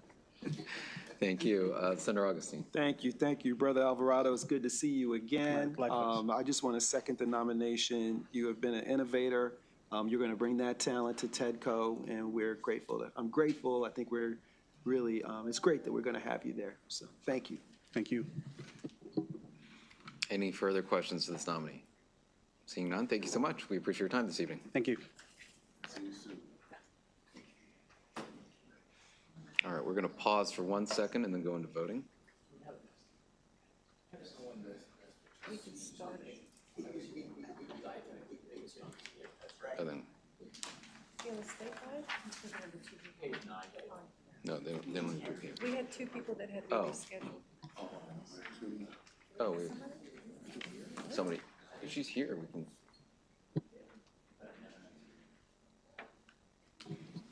Let me see here. We have, Which board? Oh, she wouldn't. Sure. They're not to appear. They're not scheduled. yeah, we're going to go ahead and bring up a constituent of Senator Smith in District 20 for the State Board of Dietetic Practice. And this is Susanna Lynn Edwards. Thank you very much for the indulgence, Mr. Chairman, Mr. Vice Chair, Mr. President, members of the committee. Senator Smith, for the record, here to introduce Ms. Edwards, who is her nominations for the State Board of Dietetics Practice. As a dietitian, she works towards preventing illness and improving well-being through promoting a healthy diet and lifestyle. Her passion to help others leading a more fulfilling life is evident through the work that she's done in her professional life. She has a certificate of higher education data analytics from the Catholic University of Maryland of America. She also has a Master of Science and Medical Dietetics from Ohio State and a Bachelor from Goucher. And so with that, Mr. Chairman, Mr. Vice Chair, Mr. President, it is my distinct honor to introduce Ms. Edwards. Thank you. Thank you, Senator Smith. Thank you for seeing me. I know I was here sort of unexpectedly, so I appreciate it. Thank you, Chair and Vice Chair and President Ferguson. And if you have any questions, I'm happy to answer them. Mr. President. Just very briefly, because I spoke to Dolores Kelly last night, who used to be the former chair and former chair of finance. She always used to say for executive nominations why she wanted people to come in is that half the job is just showing up. And so I just want to say thank you for showing up and for sitting through it. So thank you. Look forward to supporting you. I was excited to be here, so thank you. I'm sure that will reflect your dedication to the State Board of Dietetic Practice. Thank you so much. We appreciate being here this evening. Thanks so much. All right, we're going to go into voting.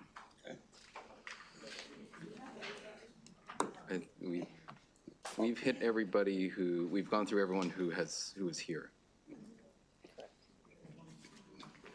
Did we miss anybody who came for?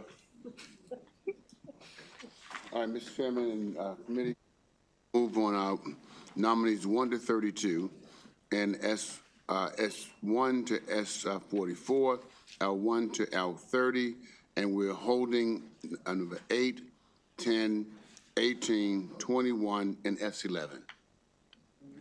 That's the recommendation, is that holding 8, 10, 18, 21, and S11.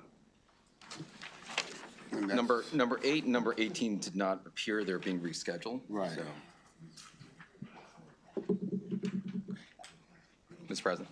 First, I would second the motion, but I would also say just on nominee number 21, just want to be, is this not working?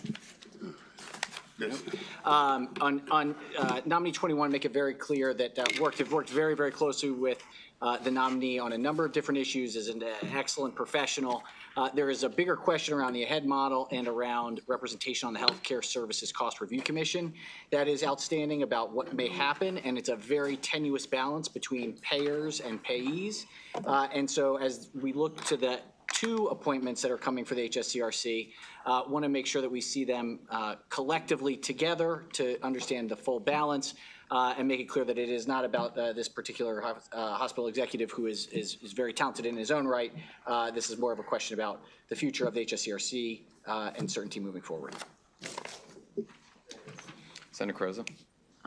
Yes, since there were questions raised on nominee 16, can that be held?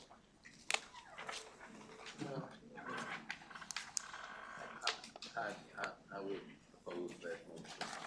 I think hold is non. It's debate. Debate? I mean, it's up to you. Yeah, it's not automatic. It's kind of discretionary. So we've got a request. We've also had Senator Reedy.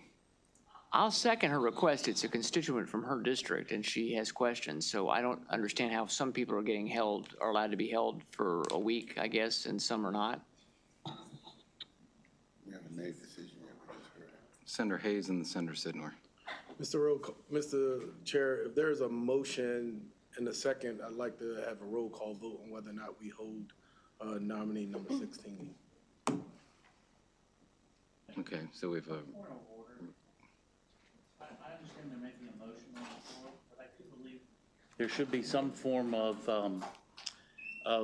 explanation where I have somebody, number 21 from my district, who's being held for a valid reason by the president and member of this board, but yet we can't extend that same courtesy to someone else?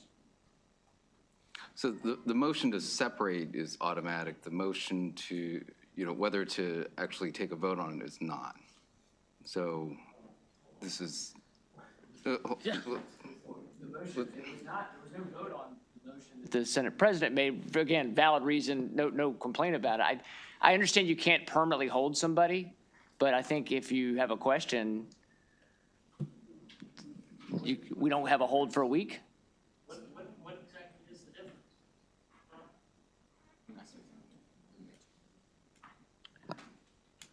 Why don't we go to Senator Augustine, then Senator Sidnor? Mr. Chesterfield made an effort to come and meet with many of us, myself included. I think he did attempt to meet with most everybody. No, sir. I said he made attempts to meet with most everybody, particularly those who would represent the area. I had an excellent meeting with him. His credentials for this position, I think, is a good fit. And I very much encourage us to move forward tonight. Just one moment. Senator Sidnor, go ahead. Thank you very much. And what has not been said is, and I've had conversations with the chair about this, Mr. Chesterfield has been held up already. That's why he's meeting tonight. So I believe some of the senators that may have some unreadiness certainly had an opportune time to deal with that unreadiness. I know that he reached out to them, and whether or not a meeting was given an opportunity to meet, that's a different story. But I know for certain that he's reached out and made an opportunity, and there's no reason to hold him any longer. So I was reminded by counsel, which is a good reminder, that we should not be using the nominee's name. So if we can just refer to them as the nominee number. Senator McKay. Thank you, Mr. Chair. I would say that this particular nominee that we're talking about, number 16, has not reached out to me. And being a rural county, and he being from a rural county, I think that the question that I asked was a valid question, and not knowing about this being held before, I think it is to press the amendment, I think, is wrong. Or press the vote is wrong. Okay, so the motion to separate out is automatic. We've obviously had a debate on whether to keep this individual as part of the calendar or not. Well, I guess that's the separation.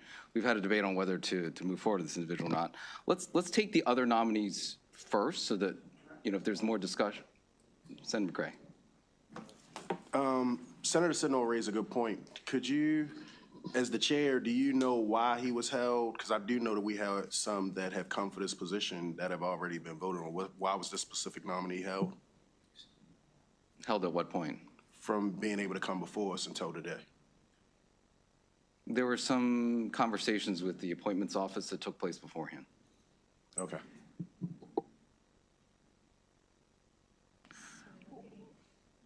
Why don't we move forward with the ones that we have agreed upon? So this is the motion on nominee number 1 through 32, S1 through S44, L1 through L30, except for number 8, 10, 18, 21, and S11. I think there was a second for that. And 16. Yes, and 16.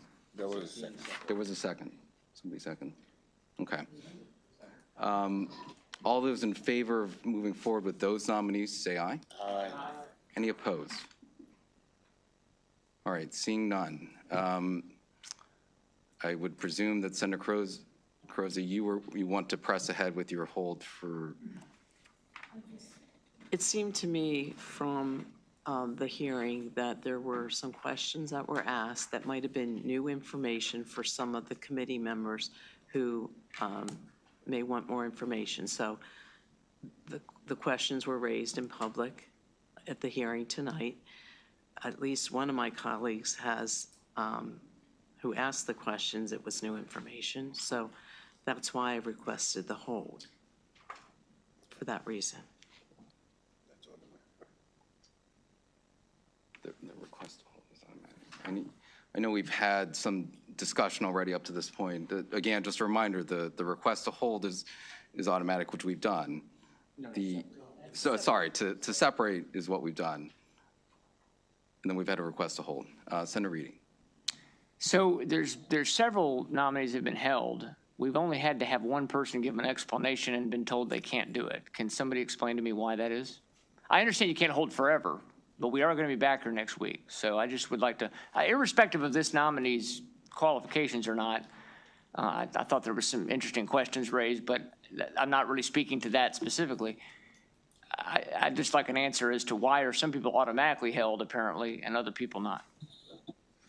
So I can't answer on behalf of everyone, but this nominee had come forward earlier. It's taken several weeks to get them to this point. So there has been some time. Mr. Chair. Go ahead, Senator Augustine. It's precedent. You offered for us to have someone held in there, and it was stopped by one of the members here.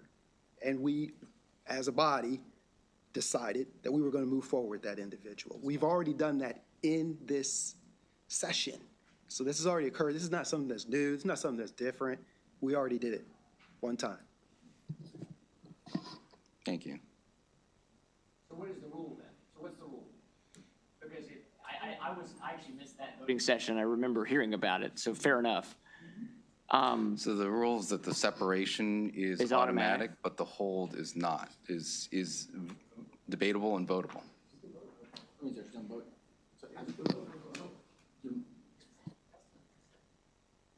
Parliamentary procedure-wise, just there is no motion on the other ones. So it's not necessarily a motion to hold. It is that there is no motion at play if there is someone separated out from the hearing. Now, that has generally been a hold, but there's no motion to hold. It is just there is no motion on the table. Senator Hayes. Mr. Chair, I move that we positively accept nominee 16, that we adopt number 16. Okay, so we have nominee 16, motion to move forward affirmatively with a second. I know we've just debated this extensively. Any further debate? Let's vote. Seeing none, we had a request for a roll call. If you can go ahead and call the roll. Senator Augustine? Yes. Senator Bidle? Mr. Chairman, just real quickly, just got to. This is the vote for what? 16. On the motion to move. You saying hold? 16. To move 16 to the adjournment. This is the motion to approve 16. Thank you. Senator Bidle, you were? No. Senator Carozza? No. Senator Feldman? President Ferguson? Aye. Senator Guzzoni is absent. Senator Hayes? Yes. Senator Hershey? I'm going to. No, but I think it's important to say why. Many of us that represent the rural counties have been asking for a very long time to make sure we have representation on two very important boards, and that's the Board of Education and the AIB. both dealing obviously with education. Nominee number 16 said himself he had 1 year on the local Board of Education. 1 year. He was appointed and actually was not reelected at the Somerset County School Board. And then when specifically asked about his experience in K through 12 education, he didn't have any. He simply didn't. He had a lot of experience at UMES, but none in K through 12 education. So I'm going to vote no because, again, we think it's important that we have this type of representation on this board, and unfortunately, I don't think this individual is giving us the appropriate K through 12 experience that this board requires. So I'm saying no. Senator James? I'm not.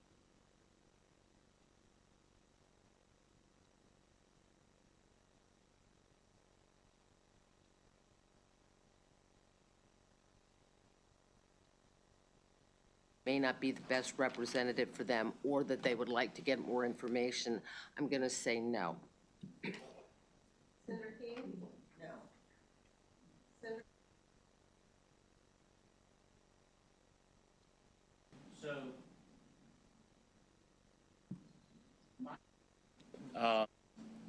Is going to be yes. However, I want to explain that I do believe that there should have been some form of courtesy to hold the nominee for 1 week. I understand that we had a motion a couple weeks ago, but I'm not exactly sure that we're comparing apples to apples. And so I have no problem with this person being on the board. That's why I'm voting yes. But I do not believe this body is setting good precedent by not allowing somebody from a local jurisdiction that is from their county not to be allowed to be held. Thank you.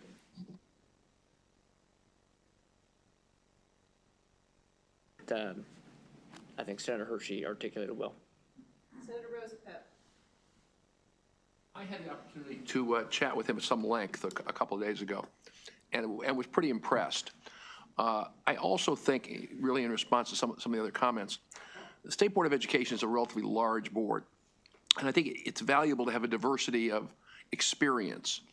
And therefore, I don't think a direct K-12 experience, because there are a lot of people on there who have a lot of K-12 experience, is required in every candidate.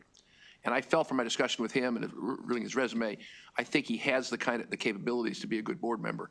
And so I'm going to vote yes. Smith? Yes. Senator Sidnor? Yes. Senator Zucker? Yes. Senator Muse? Vice Yes. Chair Muse, sorry. And Chair Lamb? I also had the opportunity to meet with him earlier and do find his credentials to be sufficient for this board, so happy to support him. Okay, motion passes with 12 votes. 12 yeas. Okay, that's it. Any other motions from the committee? Seeing none, motion adjourned.